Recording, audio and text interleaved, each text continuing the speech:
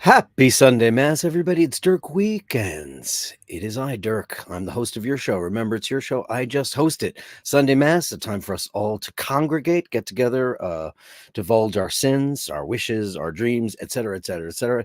It's great to see you. Thanks, everybody who joined me for the Friday night Gonzo walkabout to the ends of the earth.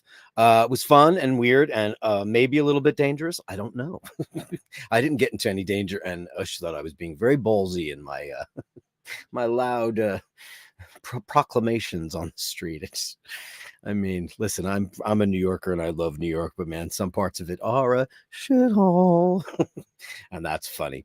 Let's start out by saying Dave Fitzsimons made it to #1, and Dirk's on the ball. He already got his Basher of the Day song. Thanks so much, Dave Fitzsimons, for being a fabulous basher and a fabulous Patreon, all of the above. Dave, Fahrenheit 451, he says, congratulations. Yeah, you got to the cream of the crop.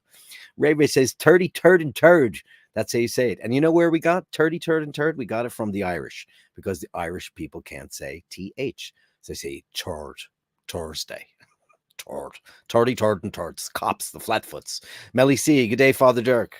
I didn't say it in name of the Padre, Filii, Spiritus Sancti, Amen. I forgot, because I'm all excited because we have Benedetti on the show, and he's going to talk about Grand Seiko. Excited, he's in the green room.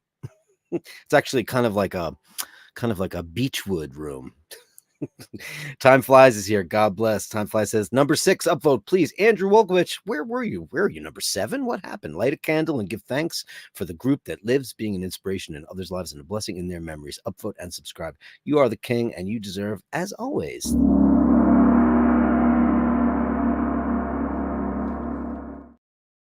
Thanks, buddy boy. Dave Fitzsimons says, already received my Basher of the Day from Dirk. It's brilliant. I stole it from Les Miserables, so it's not like... Once again, I haven't written a single song for iBashers. Emmett has. And then, well, who are the people that wrote Les Miserables? I don't know off the top of my head. I do know it's Jean-Claude blah, blah, blah. Happy Sunday for Father Dirk and all the bashers. Thanks, guys. So, as I was saying, today is a special day because I don't have very many guests very, very often. And one of your very own, one of the bashers, one of the patrons, one of the most amazing guys. What a sweetheart of a guy. And I'll give you a little bit of a backstory. Thank you, Jocelyn, darling. Give you a little bit of a background. About a month and change ago, I got an email from Al, and he very kindly invited me to a Teddy Baldassarre event for Grand Seiko in Ohio. And it was like during the whole family get together stuff. There was no way I could make it. But I was very excited for him. And I said, hey, if you take some pictures, maybe one day we'll talk about it. Well, today is the day. And I want a big basher welcome and a wonderful round of applause for Mr. Al Benedetti. Hey, Al. Hi, Dirk. How are you? It's great to see you on the show. Look at that. Bashers get on the show, too. It's great to see you. Are you in the Cincinnati area, the Cleveland area? Where are you exactly? I'm in the Not Cleveland. exactly. No. So my address is no. I'm in the Cleveland area, and as you mentioned, got invited to this Teddy Baldassarre event. So, as I'm sure most everybody knows who Teddy Baldassarre is on this channel, they should. But what they might not know is that Teddy actually opened up his first brick and mortar store. Amazing. And it's right here in Cleveland. Teddy's actually a Cleveland boy as well. And he opened up about 3 months ago or so. And I was invited to his grand opening as well as to this event. And it was really a pretty spectacular one. And I extended the invite to you. And unfortunately, you couldn't make it. But my daughter joined me, and fantastic. As we discussed, it was a really neat time, really great day, and just kind of wanted to share it with everybody. So, where was it held specifically? Like in a like an event space, or? So yes, Teddy's boutique is in an outdoor city-designed mall in an upscale neighborhood of Cleveland. It's a suburb called Westlake, and in that mall area, about a walking block from Teddy's boutique, they do have an event center. So he held this at the event center, and then throughout, you were able to go down and visit the boutique if you'd like.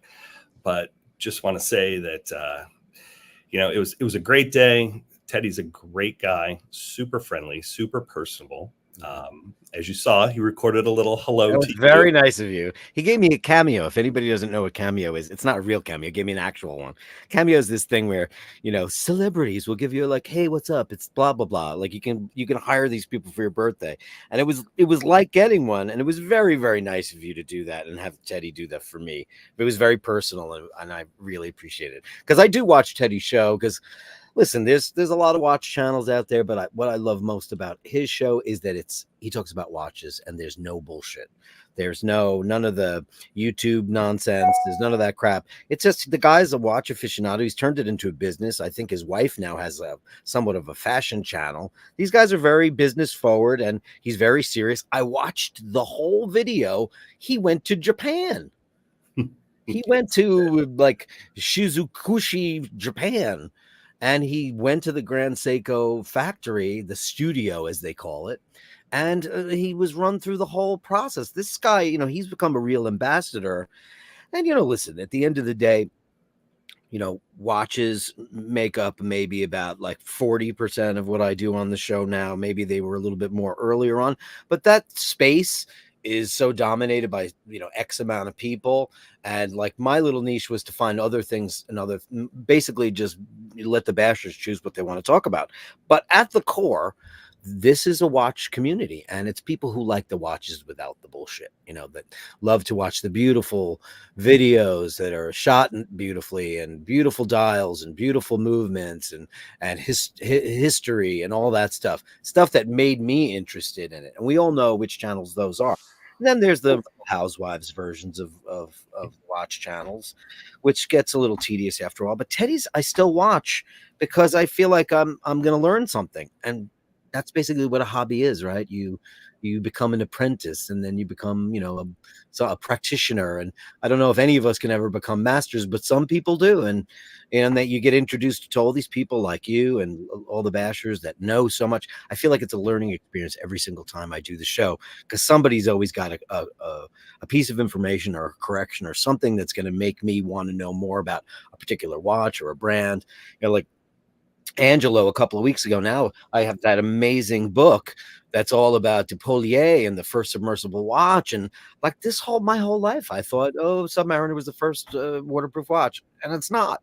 There was actually a lot of them before that. But one had the patent and it wasn't him. It's crazy. So I love that. And Grand Seiko, I feel like it's a brand that everybody reveres, everyone talks about, but I don't know anybody who has one. I don't.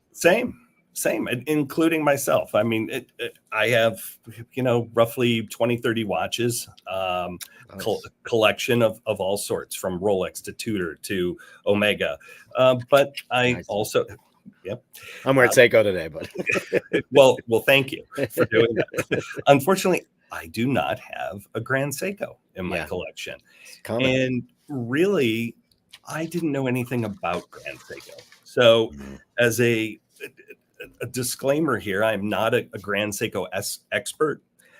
In fact, I'm sure that the bashers could help us through this as we go along, because I'm sure they know more about the brand than I do. But for me, in my ignorance, I just felt like Grand Seiko never really blipped on my radar, because I thought, well, it's just another level of Seiko. And there are so many. Right. People think that, and it's so not. It's a totally different animal. Maybe it's under the same umbrella, but in a lot of ways, there's a lot of things that they do that are far and above what Switzerland does. It's incredible. Absolutely incredible. And you're right. And that's partly why I wanted to share this, is because so many people probably feel the same way I did. And after going to this, like you said, Dirk, oh my goodness, what a world-class brand. The things they are doing, and the level of artistry and craftsmanship, and the master watchmaker alone that was there. It was his first time here in the US. And most Swiss brands, to become a watchmaker, takes about 2 to 3 years to get your Swiss certificate to become a formal watchmaker. With Grand Seiko, it's 3 different levels: bronze, silver, and gold.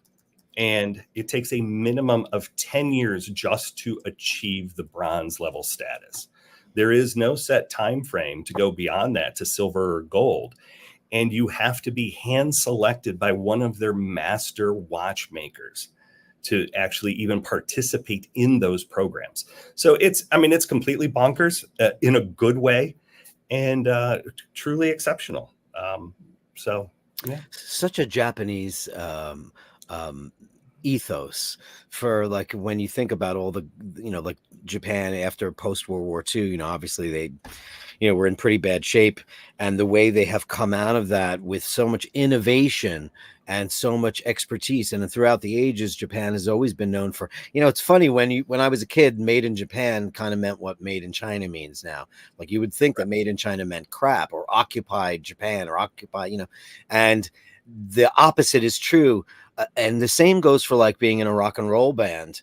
And I'll tell you the truth, when my band made records, we would send all of our art to the Japanese label affiliate, because we knew that the Japanese artisans there would do a better job with the printing, with the layouts, with all the technical stuff. Because if anybody who's a record collector, and this is probably true of most Japanese things, they take an incredible amount of pride in what they make: books, music, art.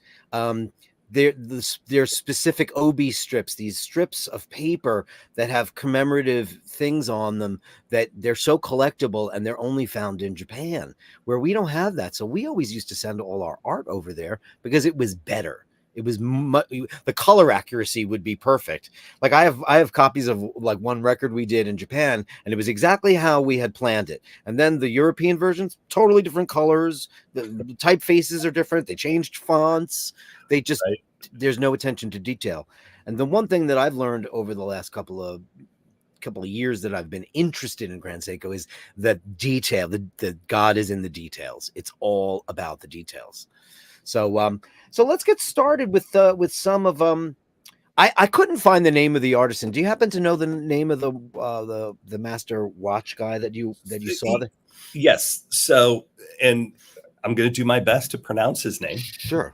But being that he spoke very little English, again, it was his first trip here to the U.S.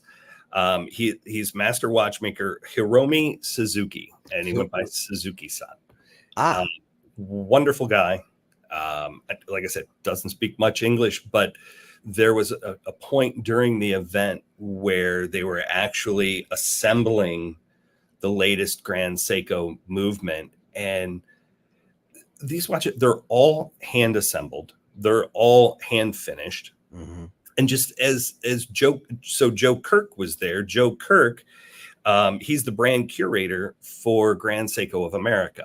And he was running down all the details on the movements, and it's far too detailed for me to dive into. But a 30,000 foot view, he was explaining the movements at the same time in flawless steps. This gentleman, this watchmaker, is just assembling it through a micro camera that's projecting it onto a screen. And it was crazy. It was really crazy. So, wow. Okay, let's get into a little bit of what some of the pictures you took, and you just give us, we'll bust through them, and you got a lot of watches, and then you have some crowd shots. So you get an assemblage of various people that got invites for Teddy's event, and it was in this place, and it looks like drinks and some appetizers, and people are dressed kind of nice. And I'm assuming that was my date replacement. That was your daughter. That was your date replacement. That's my oldest daughter, Maggie.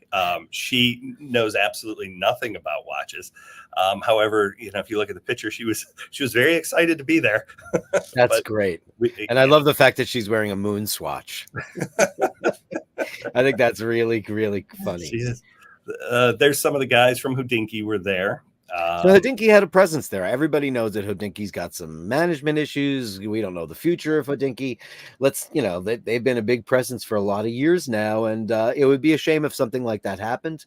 I guess John Mayer will be out of his new job. Uh, true, true. He'll get hired by AP tomorrow I'm sure. now that he's graduated to AP. Right.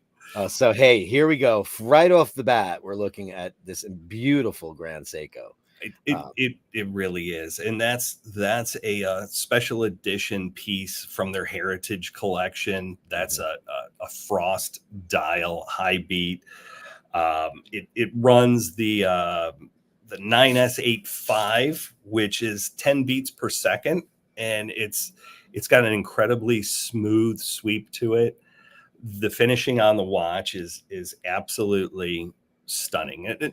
With all of these pieces, Dirk, as you know, the camera, the pictures, they don't do any of them justice. Never. Pictures never do watches justice. No. The only thing watches look different in person is they always look smaller. They do, and that is a 38 mil watch right there. Right. And it's in their high intensity titanium. Mm-hmm. So it's got the Zaratsu polishing on the shiny parts, which, Zaratsu polishing, as you know, and in fact, please tell me what you learned about it. Well, the thing about, we've all heard about the Zaratsu polishing for so long, and like I didn't know exactly, so I did a little bit of a deep dive, and it turns out that Zaratsu is a Japanese pronunciation of a machine that was made in it's believed to have been invented in Italy and then implemented in Germany and Switzerland, and it's a high polished machine that somebody bought. They gave it to Seiko, and they now use the term Zaratsu as their method of polishing. So because the Zaratsu polishing is a combination of a steel on steel, they're not using any kind of grit paper or anything like that. It's an actual steel on steel or steel on precious metal, but the rest of it is done with hand finishing. It's something that's evolved over the last 60 years, but it was very fascinating for me to know, because I always just thought, it just sounds Japanese to me. It's a type of polishing, and I just had no idea. But somebody brought this machine to Shizukushi in Iwate, northern Japan, and they started using that, and then figured out what was good about it and what was bad about it. And most of it, from what I believe, 10% of it is done on a machine, and 90% is all done by hand. So these are truly hand finished pieces, especially when we're talking about all of the super high mirror polish, which you don't see very often, all done at 45 degree angles to get that chamfering perfect. I've watched a lot of videos online. It was crazy. And even down to like perlage and Cote de Ginevra and the things that they do, all done by hand, not done by machines, which is incredible at the price point that Grand Seiko is sold for. I mean, absolutely. You get an entry-level Rolex for one of these beasts. There is a stigma. People have quartz shame. This is not your grandfather's quartz watch. No. In fact, well, to your point, the first one being the Zaratsu polishing, some of it is even polished with wood to the point where they get a finish. And what they've coined as part of their Zaratsu ideology is that there is no distortion in the finish. So you could look at it and it's truly a mirror. Right. But to your point about even quartz, everything they do at Grand Seiko, they do in-house. They grow their own quartz crystals. Right. Right. for use. Their original quartz movement actually had jewels in it as well in the back. It wasn't sure. Well, some of them still do, because I looked a bunch of them up, and that's correct. What really blew me away was that package integrated component temperature compensation circuit that they have, which is a new thing, and it's in the 9F series of quartz watches. And their quartz watches are not open it up and there's a battery in there like looking at an Accutron. They are like a combination of a mechanical movement and quartz technology working together just to get the vibrations so perfect, which is a completely different way. I guess that's all the 9Rs, 982s and the 9R65s. Then the F is the new one with that crazy crazy new IC component temperature compensation thing. And I was like, what do you mean by temperature? And then I was watching this, the guy from Grand Seiko saying to make sure that the temperature stays within 2 degrees, so there's no variation, so the quartz can vibrate freely. Right. Exactly right. Ouch. That's crazy. And That's the crazy. accuracy is insane. Yeah, it's plus 10, minus 10 for the year. For the year. For Correct. the year, yeah. Correct. Yeah, which is mind blowing. Right. So we got another shot of that watch. Then we have a dark green watch. And like we spoke about this earlier, you said, but I have you have other shots of this too. I love this bamboo style dial. Now, another thing, did they get into at all about the press pattern hand carved dials? Did they talk about that at length at all? They not at length. They just touched on it. So they had a different tables set up with some of the different collections present. And then ultimately towards the end here, we'll get to the masterpiece collection, which is a completely whole nother level. But, you know, the thing with Grand Seiko is everything is inspired by the nature that surrounds their factories, their studios, everything, including this particular watch. This is a special US only version.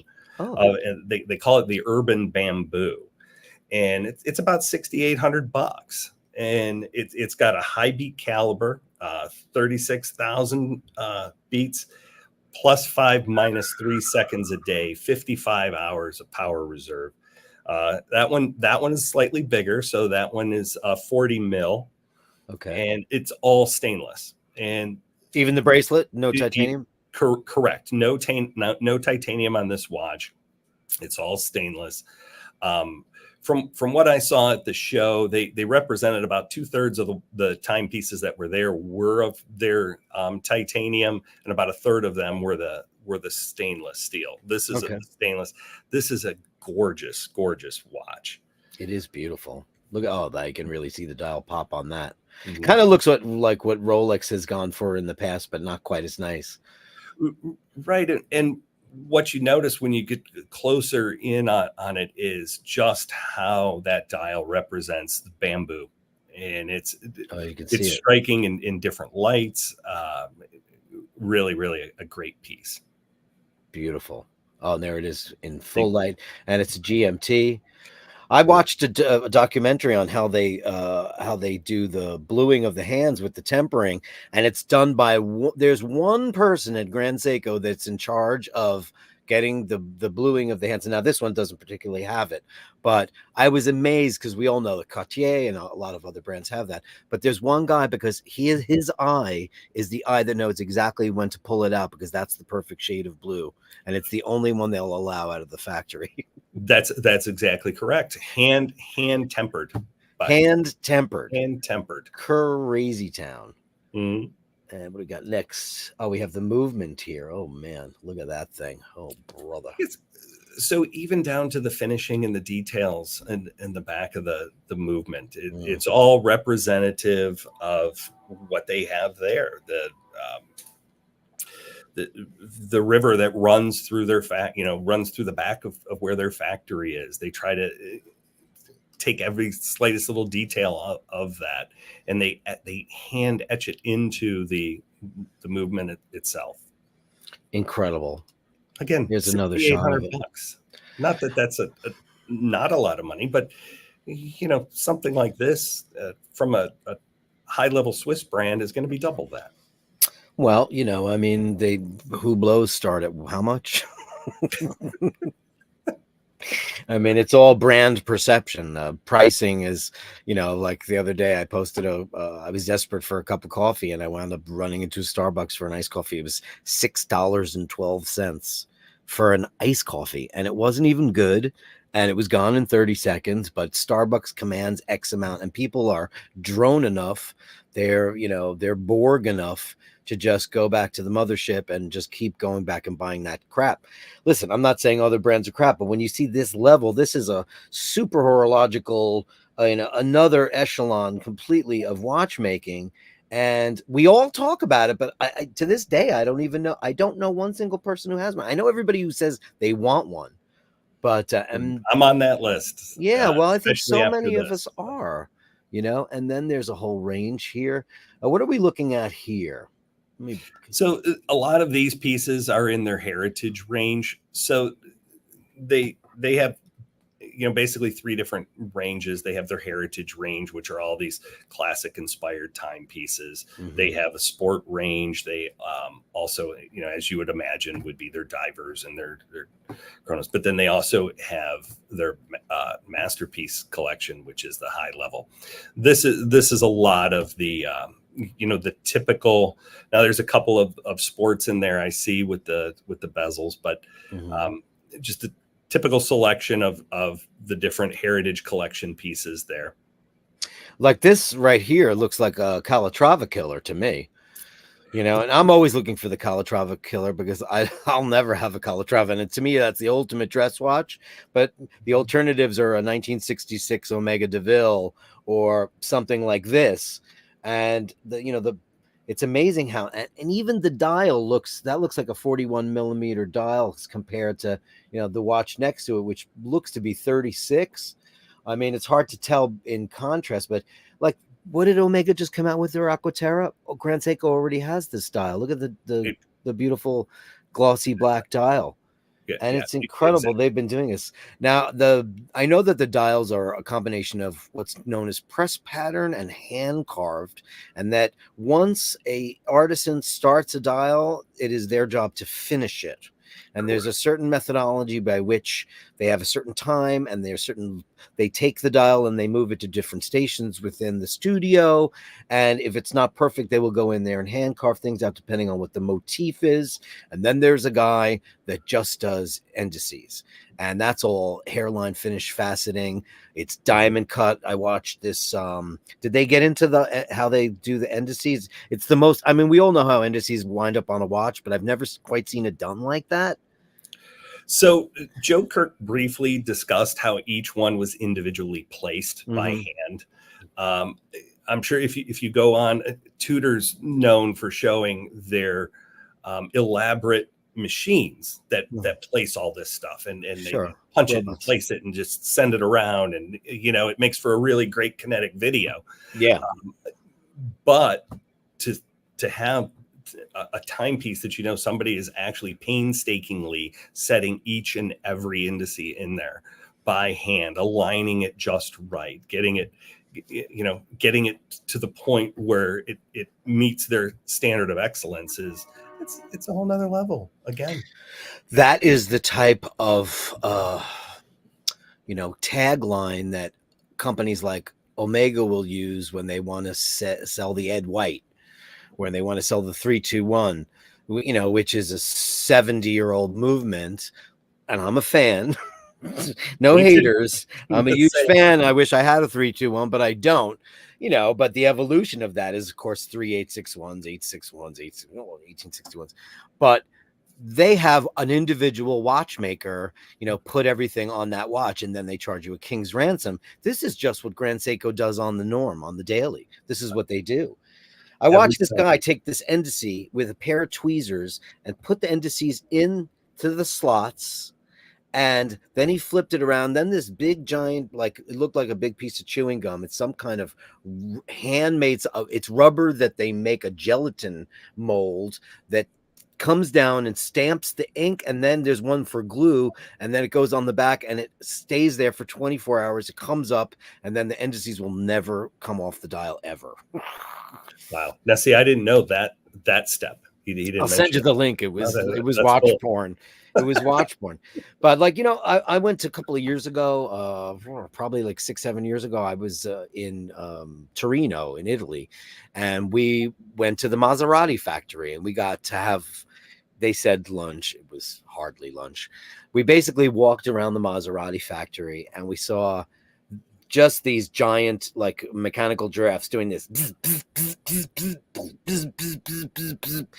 And they were like talking about, what you're going to come to the hand making part of Maserati. We just saw automated mechanical construction and manufacturing. And while it was very Star Wars and very, very cool, we got to the end and there was like about 20 or 30 Italian ladies stitching leather. It's the only thing really handmade in those Maseratis were the upholstery. So, and that's what a lot of watch companies will do. They will tell you things are handmade, but they're not. What they are is things might be partly handmade, but Grand Seiko seems to be all handmade, almost all handmade. Almost. And Yeah. and it really wasn't until recently that they started incorporating some automation into the factory. But even the automation part is controlled by a team that oversees every single piece. Mm-hmm. So, and it's very little. I believe that's probably true. Look at these. Oh, there's some spring drives. Now, spring drive. What watch did he take apart? Do you know off the top of your head what he was taking apart there? Yeah, it's a brand new movement.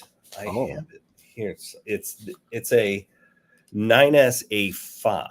So then you have the 9SA4, which is their standard movement, but the 9SA5, it's a new one. It's a 10 beat movement. It's got an increased power reserve, and that's what he was putting together. And this particular one was a hand wind, and it was pretty interesting.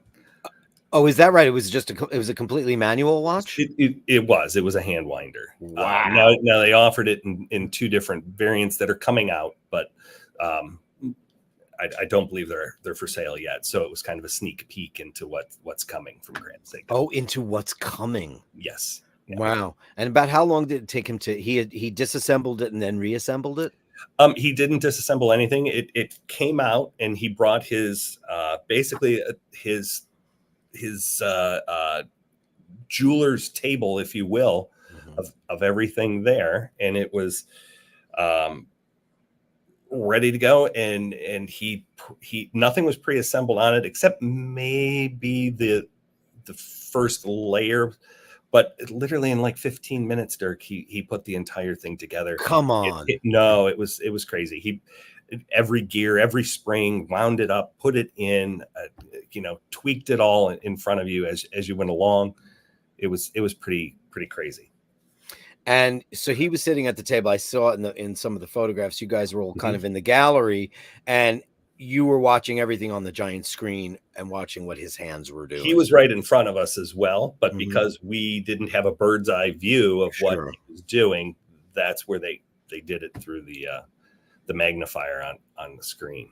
Wow. Look at these dials. I mean, listen, I'm partial to green, but man, I have to say this blue is one of the most beautiful things I've ever seen. It's very reminiscent of what, John Mayer just did with AP with, that incredible kind of crystallized looking AP dial that he did for them, which cost $300 some odd $1,000, which obviously it's a Royal Oak. So those are, storied watches, et cetera, but it makes you wonder if Grand Seiko and the way they make watches and their attention to detail and their master watchmaking and all the different levels that one has to go through before they're qualified to make it. If that was in Switzerland, would this be in the trinity of watches? Would it be Patek Philippe? Would it be Vacheron Constantin? Would it be Audemars Piguet?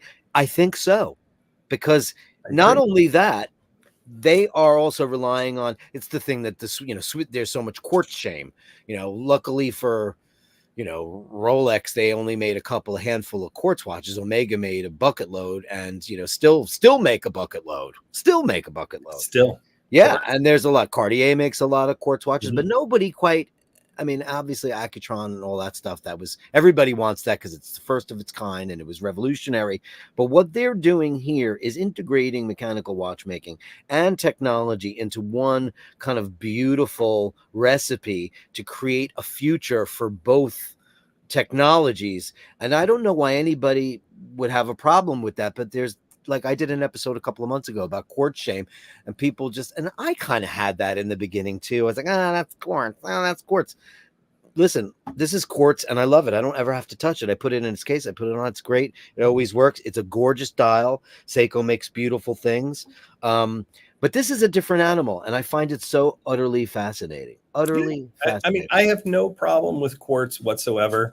I'm sure I'm wearing my Speedy today, but I'll tell you what, my grab and go to, Ray will be proud of this, is my Bull of a Lunar Pilot. There you go.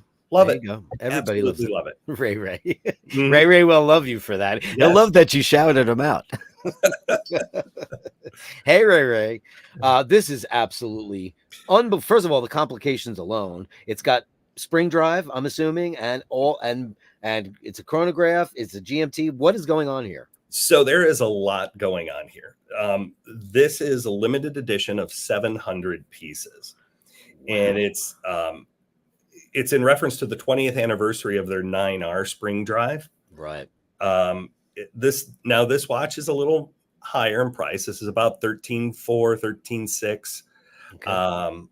But the dial itself, again, you can't really see what you see when you hold this thing. The dial itself, it's inspired by the sun reflecting off the Hotaka mountain range, which is where their spring drive factory is located. So they see this all the time. And I guess basically the way when the sun goes through there, it goes from pink to an orange to a red hue. And the way they achieved that is they put an optical coating in multiple layers. Layer after layer was hand laid onto the dial to create all the different variations in color and tone on this thing. And it's the case itself is a little different than what you normally see on a Grand Seiko. You see Certainly. It's larger at 44.5 mils. Oh, 44. Oh boy. Yeah, Big boy, it's a big boy. It's a big boy. Kind of Genta-esque bracelet too. I mean, it's a little more squared off and more flattened, not as bulbous and soft and feminine, but it has that look of like those early the 70s Pateks, 80s Pateks. Interesting. Yeah, and the angular case and everything was inspired by the Grand Seiko lion, which is their emblem that they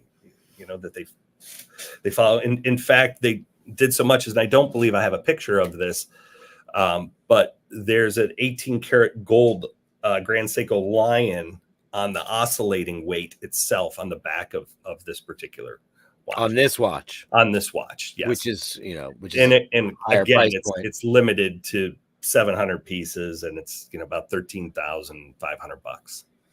13,000 is still a whole lot less than you pay for a lot of other watches that are nowhere near the kind of attention to detail. These are beautiful too. These are kind of like, I guess they're oyster perpetual kind of killers. They are. They do have that look. They're small. They're 36.5 mil. These are also limited editions. They're for the U.S. market. They're supposed to emulate late spring in full bloom across the Mount Iwate, if I'm saying that properly. Yeah, Mount Iwate. Yeah. Okay. In Shizukuishi.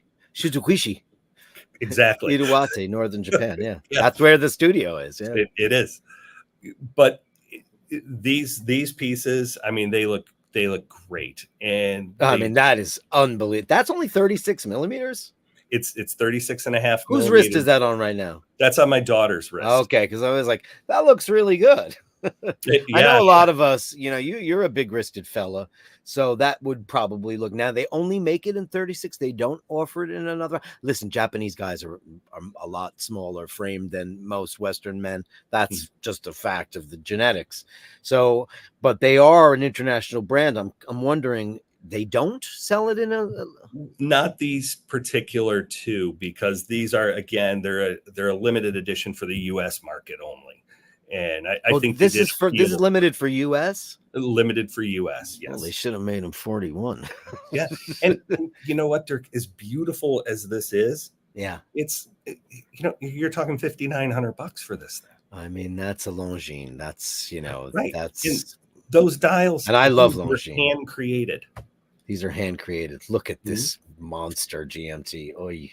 Yeah. Now this is part of their elegance collection, and this is just the epitome of refinement in a GMT watch, dress watch in particular. GMT $4,600 for this. That's not what? $4,600 for this. For this particular piece. I mean, that's a Calatrava killer GMT, right? 100%. Yes. Because that's about as beautiful as a dress watch gets. Hmm. And look at that finishing, that crazy. I mean, that is unbelievable. Dave Talk about Fitzsimons, who was the basher of the day, says the most underappreciated element on Grand Seikos are the indices, and it's true because they take each they put like a whole block of indices on a wheel, and this wheel goes across this very delicate. This is one of the few machine things at 45 degrees to make it perfect, and then once it comes off, one guy sits there and polishes them till they're mirrors. So yes, you are absolutely correct. he is correct, especially with this model. This particular one, the hands and the indices are polished literally to a razor's edge finish because there isn't any lume on this. However, they are polished so highly that they will catch light even in near darkness. Let's face it, we all love the loom wars, but it's also the little boys in us and little girls in us that love the toy part of collecting watches. Let's face it, sports watches had loom on them, and now now the loom wars are crazy. When you have a dress watch like that, you're going to the opera, you're going to the ballet, you're going to a recital, you're going to a graduation or something. Who cares about loom? Loom schmoom. Right. But like you said, it's amazing that you can get. Oh, there's that crazy, unbelievable. That's the Shenzhou frost finish that they Correct. this thing. That process to me is beguiling. How they it's like watching a Japanese artist work with watercolors on the beautiful paper that Japan makes some of the greatest paper in the world. And the way they do this, and then once it's done being pressed, one artisan again goes in there and will carve out what's not perfect to create the illusion that they're looking. Now, you said that they're mimicking nature and mountains and clouds and sky, and you can see it. You can absolutely see it in the work. Mhm. It's outrageous. Absolutely it really outrageous. is. And I believe, Dirk, this one also has that hand tempered blue second. Oh yeah, I see it right there. That is amazing. Look at this craziness. Yeah. And there And it as is. beautiful as that is, again, you're talking about a $6,000 watch. That's a spring drive as well, which is crazy. Have you ever wound a spring drive? No, I've heard about it though. It's I've heard about that. it's like winding a watch it feels like gravel. You wonder what the hell is going on as you're winding this thing. I broke it. But exactly, the first wind, and what they did, they handed me the watch and they said, "Here, wind it. It'll be the strangest feeling you've ever had winding a watch." And I'm thinking, okay, how different could it be? But I start winding it, and I immediately thought, did I just break this? And they start laughing. It's like, no. But once you wind that watch and get that secondhand sweeping, because it oscillates so fast, there is no tick in that second hand. That always freaks me out. Just a freakishly smooth sweep. It's crazy. That always freaks me out. The Field and Marine that I got last week, I have to look up to see what the beat rate is on that thing because it almost has no ticks in it at all. And this, I guess, was the first one that they came out with. This is the most famous one with that snowflake dial. Just looks like beautiful snow in the Japanese mountains. Absolutely incredible. I mean, this is the first introduction I think people had to spring drive. And then just the dials, the attention to detail is just not even believable. Like, guys, like the Côte de Genèvre and the Perlage, all that stuff, it's done by hand. It's not done by machines. Like I'm the biggest Omega whore on earth, but I know that stuff's all done by robots. Oh, it looks like you're having a little bit. It was catered by Time, I'm assuming. Correct. They had a nice little spread there. They had food throughout, like all Japanese inspired dishes throughout. They had an open bar. They had even at the end. Unfortunately, I didn't stay for the best part, which was, I shouldn't say the best part, but probably one of the most fun parts was cocktail hour. Cocktail hour. Exactly. It was a Japanese whiskey tasting. Oh, wow. So, are you a whiskey guy? I like bourbons. I do. I like a good bourbon here and there. I mean, I've been a bartender my whole life, so I've been around liquor, so I know my liquor. but I'm not a spirits guy. I know what they are, and I always said I'd love to go to Isla and see how they make all that great, single malt Scotch. I won't want to taste it though because I think it's gross. I know there's art there, however, it's wasted on me. Yeah, I totally get that because for years I was the same way. I was like, it was rough. It was rough. I think great Scotch tastes like licking a Band-Aid. Smells like a box of Band-Aids. I don't get it. But but listen, I'm not stupid enough to not know that there's, like, I always say vodka is just a one-way ticket to, suicide, because there's very little art, if any, to vodka. It's just neutral grain distilled spirits, get you from 0 to 100. But when there's a whiskey taking, man, there are artisans like at Grand Seiko and all the great watchmakers that they work very hard to make sure that this is of the absolute best quality. I get it. I just don't have the palate for it, and it's my loss. And I know that. I absolutely know that. Yeah. So this is Teddy's boutique, huh? So this is it. This is Teddy's actual boutique. It's a great space. There's your guy right there. So that's Joe Kirk. Again, he's the curator for Grand Seiko Corp of America, and there's Suzuki-san, and you can see his setup, how he's got his little bench there as he's assembling everything. Yeah, amazing. Yeah, I watched this guy, Mr. Kirk, is the guy that took Teddy on that private tour in Japan when Teddy went there, which is very cool. Yeah, there it is. There's the Caliber 9S-A5, which is, can I blow this up? I can. Absolutely incredible. Now, this is a combination of a spring drive and quartz together. This is like their latest version, or no, this is not? This is their mechanical movement. It's been enhanced just through performance. They have something called a dual impulse escapement. I guess it puts like a direct impulse, so the power is transferred directly to the escape wheel. It's I mean, look, it was way beyond my knowledge of how they do this, except for the fact that they have twin barrels in it, and it allows for 10 beats per second and gives you roughly 80 hours of power reserve. And 80 hours. And the accuracy is crazy, just like all the rest of them, which yeah, I'll do a deep dive on that, because I mean, basically, watches are all evolution, and everybody kind of considers George Daniels' escapement the last major advancement in mechanical watches, but obviously they're onto something here, and I'm wondering, and they're, you said it's twin barrel, so that's very interesting that they're going in that direction. Beautiful. And here's, I guess, some. They were showing you their catalog. Yeah, that's the White Birch. That's probably their most popular watch today. Is it? It is. It just came out, I believe, within right there, 2021. So it came. It seems to be the big seller now. It's part of their Evolution 9 collection, which is sits just above the Heritage collection. Okay. And then we've got we'll take a look at the crowd a little bit. Yeah, looks some like guys from my group, a bunch of folks, a bunch of watch nerds. Then Mr. Kirk had a whole conversation about the manual wine movement versus the automatic, the 9S-A5 versus the 9S-A4. Very interesting. Wow, 47 joules. Whoosh. Yes. Incredible. Yes. Now, I would imagine that they're synthetic. I would imagine they make their own jewels in house too, like everybody does nowadays. Yes. I mean, Rolex grew the green crystal on my Milgauss. They grow it in house. Right. That's why no one. It's funny. Have you ever seen like a knockoff Milgauss? I have not. No. They coat it. They coat it with like this crappy. I bought one once.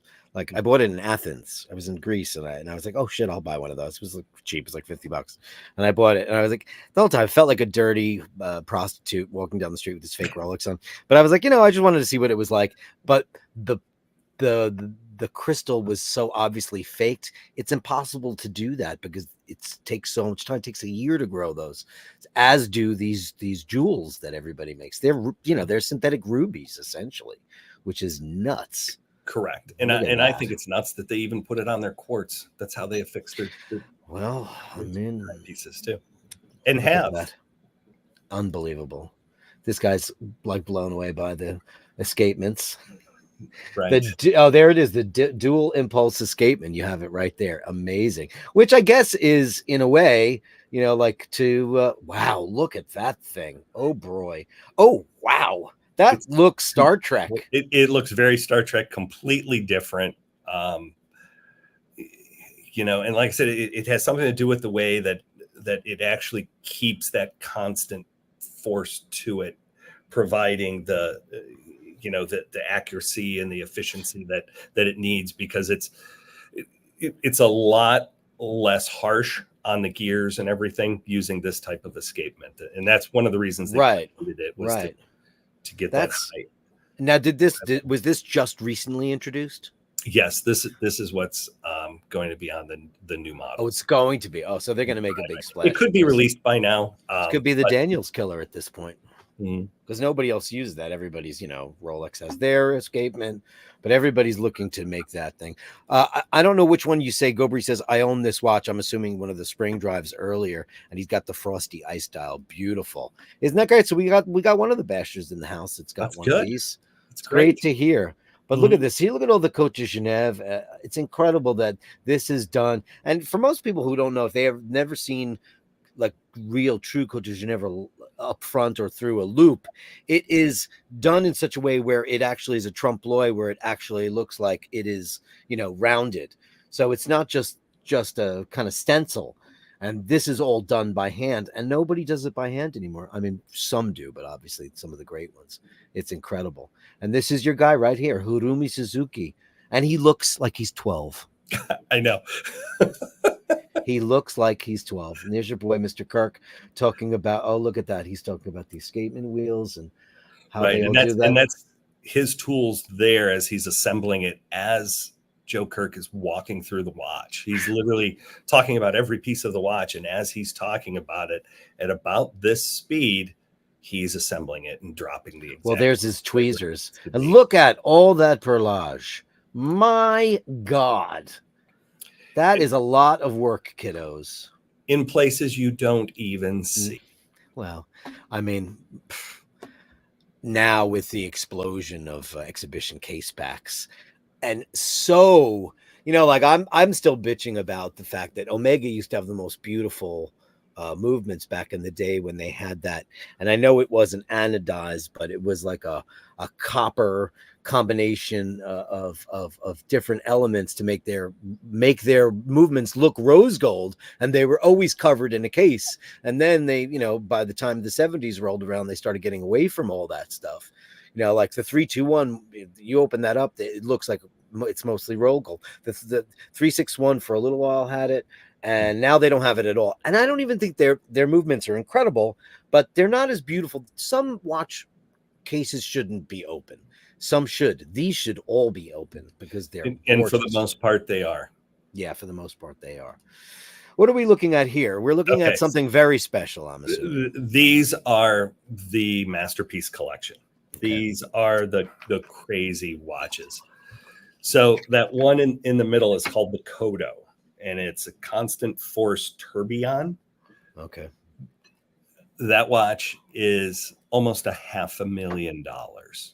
Okay, so they do have some big money watches. Some rapper will get a hold of this. Somebody will say, Grand Seiko's what's up. You'll see it on a red carpet. You won't see it anywhere else.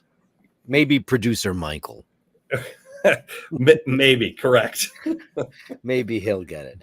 I mean, listen, I get the horology, I get all that stuff, but I'm so much more impressed by their $5,000 watches, because like I told you when you showed me this earlier, I was like, what time is it? That's the problem when you get into these skeletonized watches. Yeah. I mean, sure, it's a masterpiece to look at. Mm-hmm. This particular watch in particular has their own platinum 950, and it's also mixed with their own brilliant hard titanium. So it's mixed metal watch. Mm-hmm. This is limited edition to only 20 pieces. Ironically, I'm holding this watch, and the gentleman who was showing me the watch was my daughter was with me, and he was more interested in my daughter's Swatch Snoopy. Well, because it's Snoopy.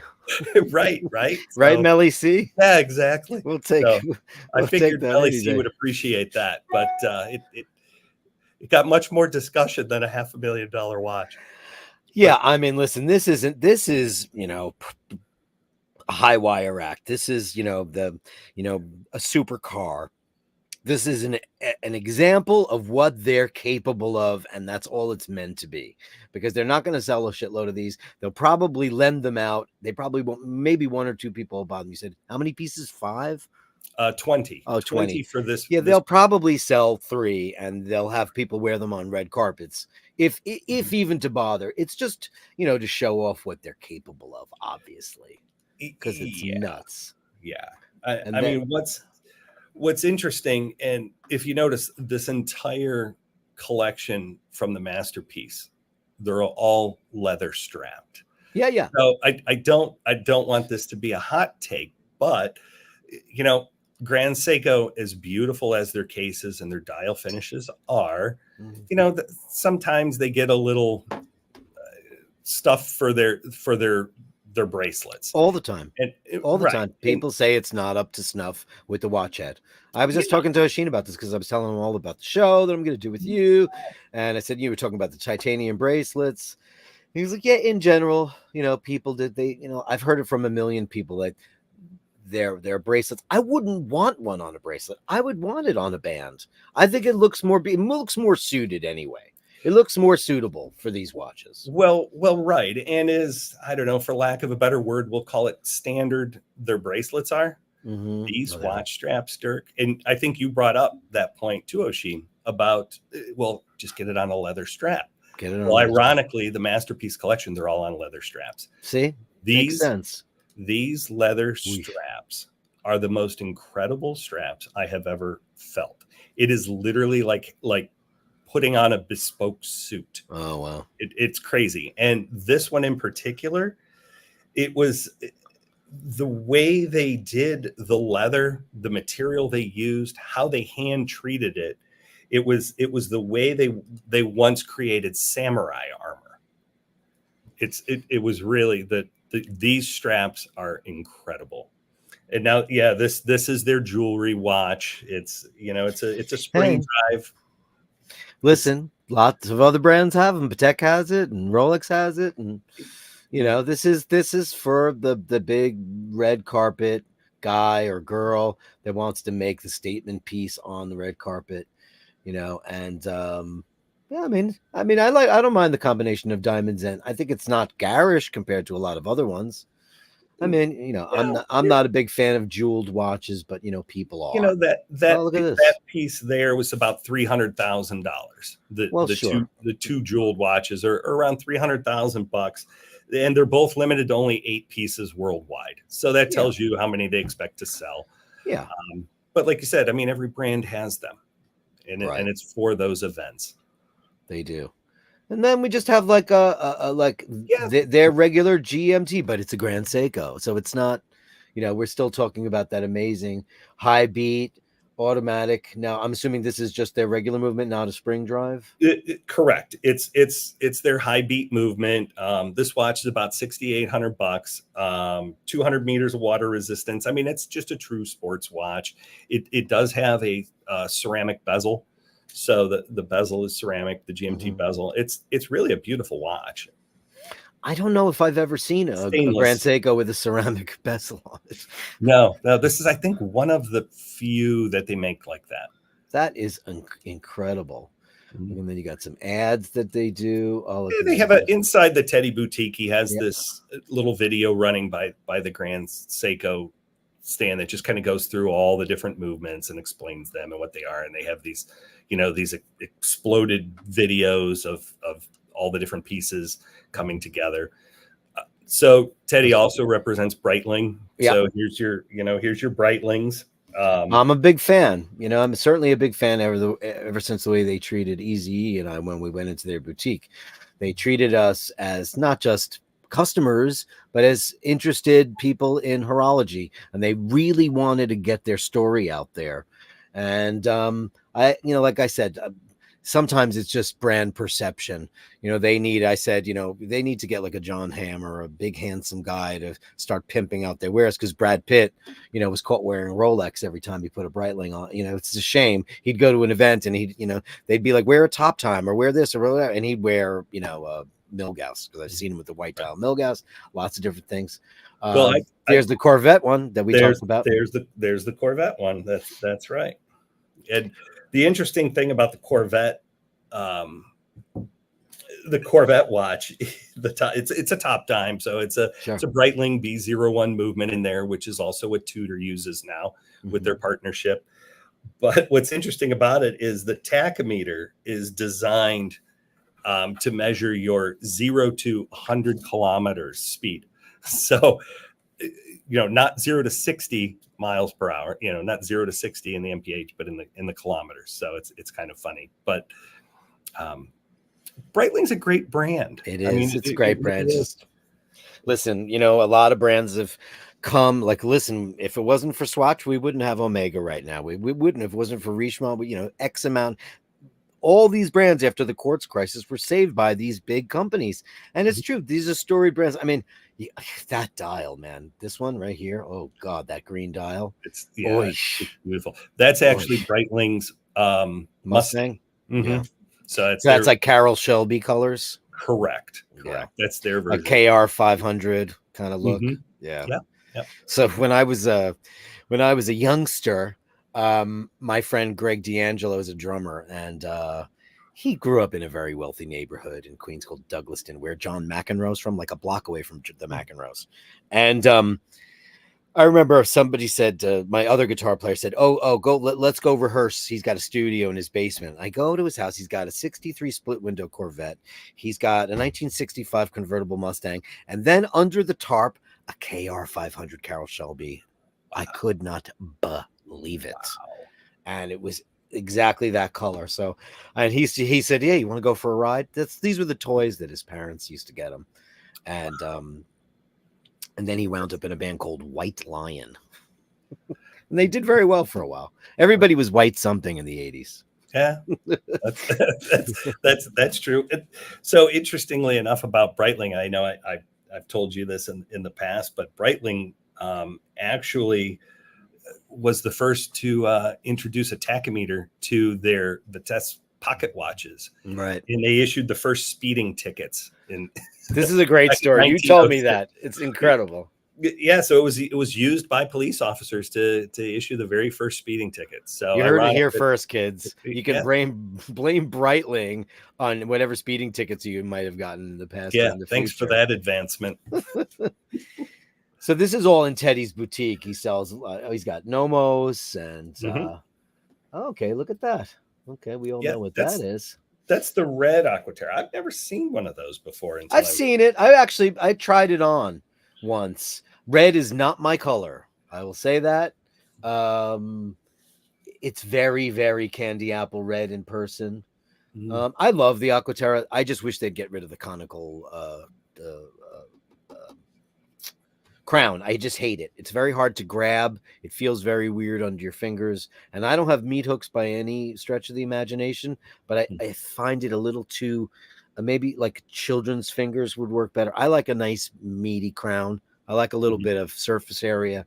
But I actually find that with my Speedmaster, when I try to wind it, it's just a little too shallow. And I can't quite. It is a little bit shallow. Enough. But if you get an older one without the crown guards, you won't feel that way. This is true.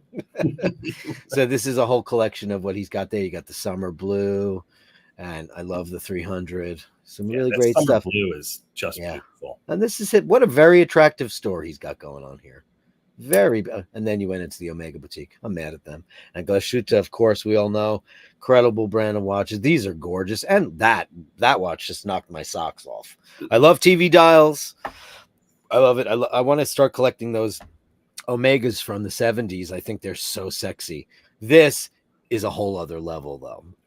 That watch there that was my favorite that he had in the whole place. And unlike most TV dials that are generally smaller because of the shape, that one's a true 40, but it doesn't wear overly big. Yeah. That's a great piece. It's part of their 70s chrono panorama date. Except it's pricey. It's about 15 grand. Well, I mean, it's just this close to Lange Zona. They're all from the same place. Yeah, they're all from the same place. I mean, it's like that close. That's right. And it really kind of feels like, listen, I think I've mentioned this on the show. I don't know if you were listening at the time, but last summer, it was last summer. Dana came into town and I met her at her hotel, and we get to the bar and we meet this super fun couple, and we're talking, and I just go like this, and he had a Lange 1 on. Oh, so like I was just trying to stare at the wall and just think, how do I, because I don't like to do that to people, because that's a very, very, very expensive watch. And but listen, I'd never seen one in person in my life. So I was like, he's talking. I said, all right, I can't tell you. I'm a watch enthusiast and I have to know all about the Lange 1. I just blurted it out. And he goes, oh, he invented Google Earth. Really? And Pokemon Go.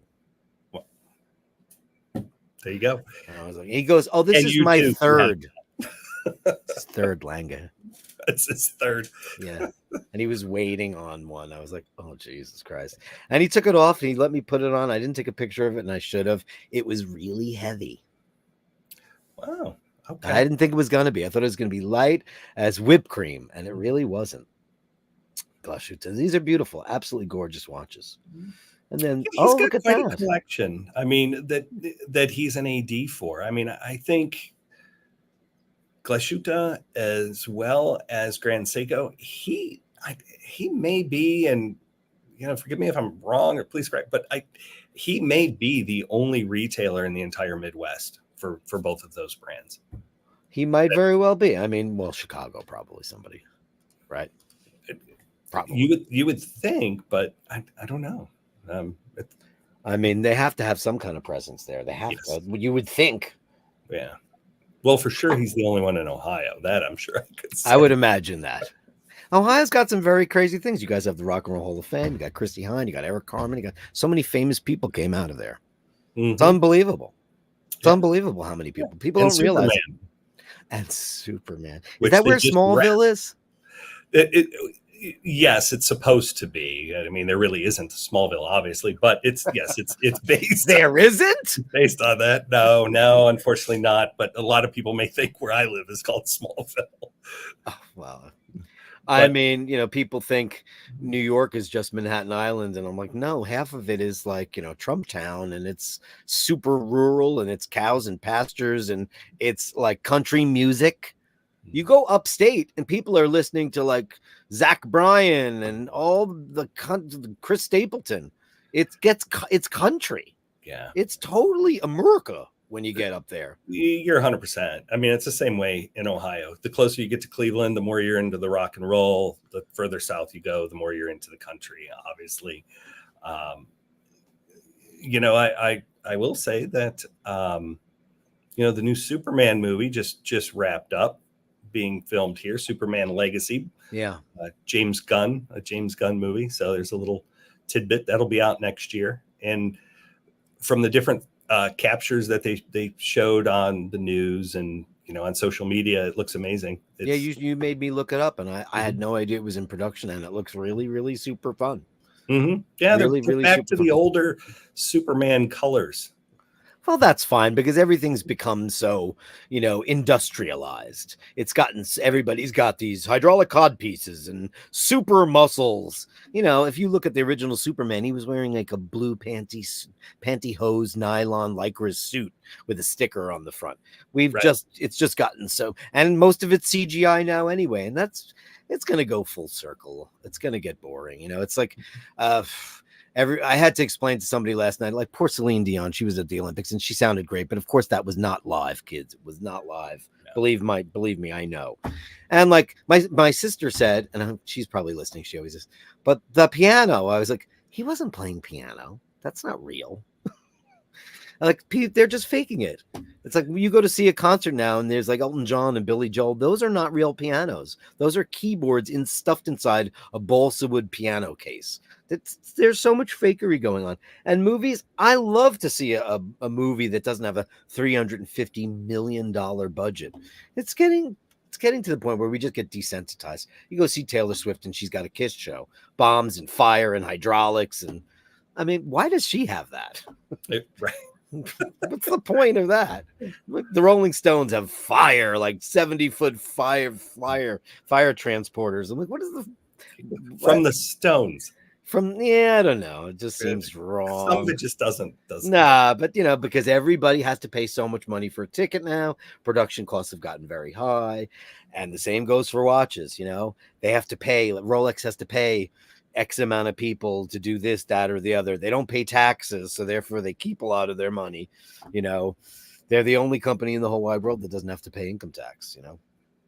Because they're a charity. Aren't they lucky? And I'm not poo-pooing them. I love them as a company. I love them as a brand. But like when you see what Grand Seiko is doing in Japan, and it's just incredible. And thanks so much for that little trip. I wished I had gone, of course, and for the nice little camaraderie we've begun here. It's a pleasure to get to know you. And I can't thank you enough for bringing this to the Bashers and letting everybody see what you did at Teddy's wonderful event and how educational and thrilling. Listen, guys, we don't do a full hour on watches, and we did, and we have Al to thank for that.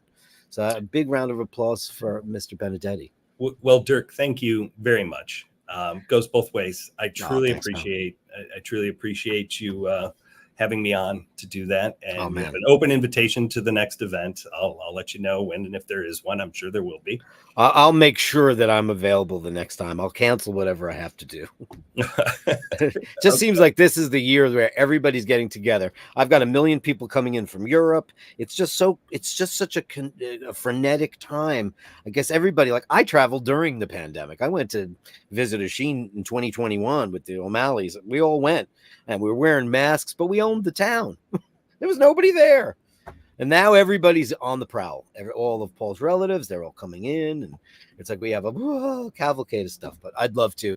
And I can't thank you enough for thinking of me when that came about. That was very, very kind of you. Oh, thanks so much. Of course. Thanks so much. Well, thank you. And thank you to all the Bashers. Hopefully everybody enjoyed today's show. I know I enjoyed being on it. Thanks so much, guys. I'm not going to have a time to get to the Gallery of Bashtards. There's only a couple in there anyway. So when I come back on Tuesday, we'll do a big, long, wonderful Gallery of Bastards for all of you. And I want to thank Al Benedetti so much for bringing his wonderful trip and his new knowledge and his excitement. And it's educational for me. I hope it was educational for you. For those of you Grand Seiko people out there, we're both very, very, very jealous. Yes. So, guys, I just want you to remember to hold the door open, say please and thank you. And always remember, when you encounter unkindness, you can't always know what that person is going through. They could be having a bad day. We never know. So give them a little bit of rope. Let them hang themselves, and either they're a good person or they're just a